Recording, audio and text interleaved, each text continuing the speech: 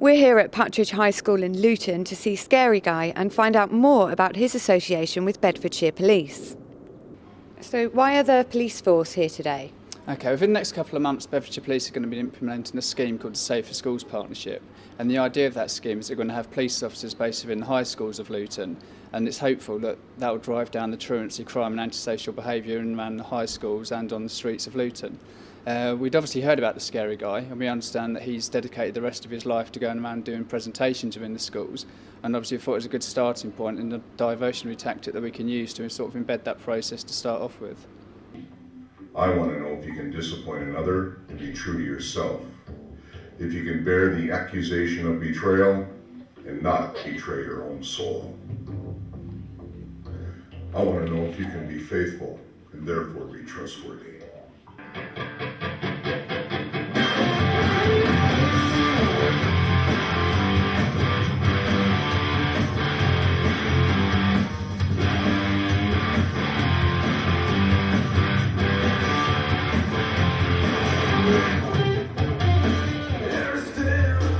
No one is safe on the planet until all the hate is gone. Here's the hard part. You ready? You don't eliminate hate with hate. So Scary Guy, how would you describe your approach to anti-bullying? My approach? Well, that's a good question. Firstly, let me mention this to you and your audience. I don't anti-bully. It's very critical terminology to use. We don't anti-anything. Now, the buzzword out there, of course, is anti-bully, because that's what people think they got to do. No, we don't label anyone a bully. We don't label anyone a victim. We do identify the processes as learned behavior. So we're not going to come into an environment and we're not going to split the groups up and say, oh, here's the bad guys and here's the good guys. We're going to anti-bully this, and we're going to figure out. It's a kind of a buzzy term, and it's used in media all over the world.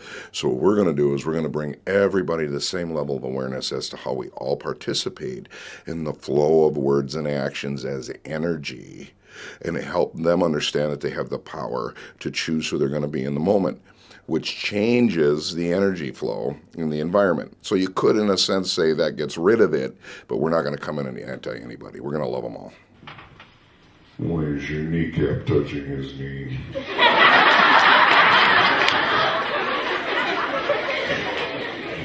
How have kids, parents and teachers reacted to your work?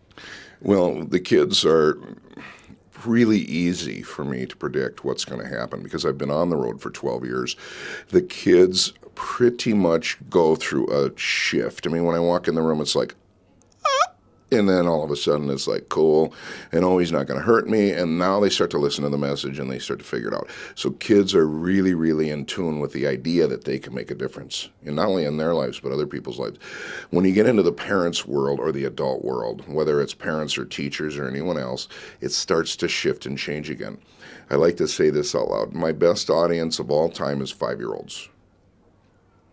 Why did you want your school to get involved with this project? We're always looking for different ways of addressing bullying issues. Every school has them, and we recognise that. How a school deals with them is actually the making of the school in many ways, and we've recognised that we need to be creative in how we address these issues. I think this gives us a great opportunity to do something a little bit different, and the students have loved it. Okay, so what did you think of Scary Guy? He was scary, and he jumped you when he was staring at you. At first he was scary, and then when you got to know him, he was quite funny. What did you think you learnt today?